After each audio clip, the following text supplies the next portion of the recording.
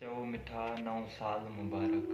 न चओ मिठा नओं साल मुबारक। हर कंहिंखे पंहिंजो हाल मुबारक। असांजे लाइ साॻियो आहे, असांजे लाइ साॻियो आहे। अञा कोई न जाॻियो आहे, अञा त चोर ज़िंदा आहे, अञा उथियो न भाॻियो आहे। वॾेरनि जा ई फ़ैसिला साॻिया, गुरबत जा ई सिलसिला साॻिया, मरहब जा ई हौसला साॻिया। बचा कोयल जा कीअं निकिरनि, नाहिनि कांव जा घोंसला साॻिया। सभु कंहिंखे आहे ज़वाल मुबारक। न चओ मिठा नओं हाल मुबारक। हर कंहिंखे पंहिंजो हाल मुबारक। रुलनि था प्यार वाटुनि ते, रुलनि था प्यार वाटुनि ते, ही नंढड़ा ॿार वाटुनि ते, सभु बेरोज़गार वाटुनि ते, ऐं नौकरीअ लाइ खुदार वाटुनि ते। अञा ख़ामोश ई आहियूं, अञा पुरजोश थिया न आहियूं। अञा ख़ामोश ई आहियूं, अञा पुरजोश थिया न आहियूं। कॾहिं त राह वठणी आहे, रुॻो बेहोश पिया आहियूं। कॾहिं त राह वठणी आहे, रुॻो बेहोश पिया आहियूं। ॿधी कंहिं रक़्स जा गाना, वरी मदहोश थिया आहियूं।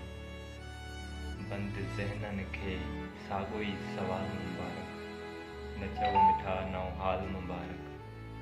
न चओ मिठा नओं साल मुबारक। हर कंहिंखे पंहिंजो हाल मुबारक। दिलनि मां चाह निकितल आहे, दिलनि मां चाह निकितल आहे, ऐं मिल्कियत मां भाव निकितल आहे। ज़िंदा रिश्तनि जो साह निकितल आहे, घर जी जन्नत मां अॼु माह निकितल आहे। रखी रुसवायूं राहुनि में, रखी रुसवायूं राहुनि में, इंसान मां अल्लाह निकितल आहे।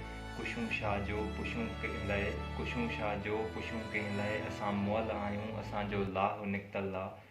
असांखे केरु सम्झाए, पखे मां फाह निकितल आहे। ज़िंदगीअ खे वरी आहे मलाल मुबारक। न चओ मिठा नओं साल मुबारक। हर कंहिंखे पंहिंजो हाल मुबारक। ख़ुशगवार नज़ारा न ॾींदो, ख़ुशगवार नज़ारा न ॾींदो, प्यारनि खे अगरि प्यारा न ॾींदो। पोइ शादी मुबारक ऐं शादियूं ख़ुशियूं, ख़ुशियुनि जा अगरि इशारा न ॾींदो। डिसंबर पंहिंजे पुॼाणीअ ते पहुतो, डिसंबर पंहिंजी पुॼाणीअ ते पहुतो। जनवरी बि मूंखे जानवारा न ॾींदो।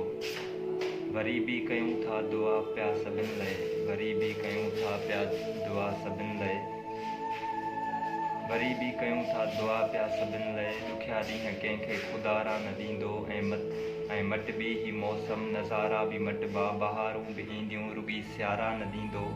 इहो साल कंहिंखे सहारा त ॾींदो। अगरि इहो थियो त पोइ नओं साल मुबारक, न त साॻियो ई हर कंहिंखे हाल मुबारक।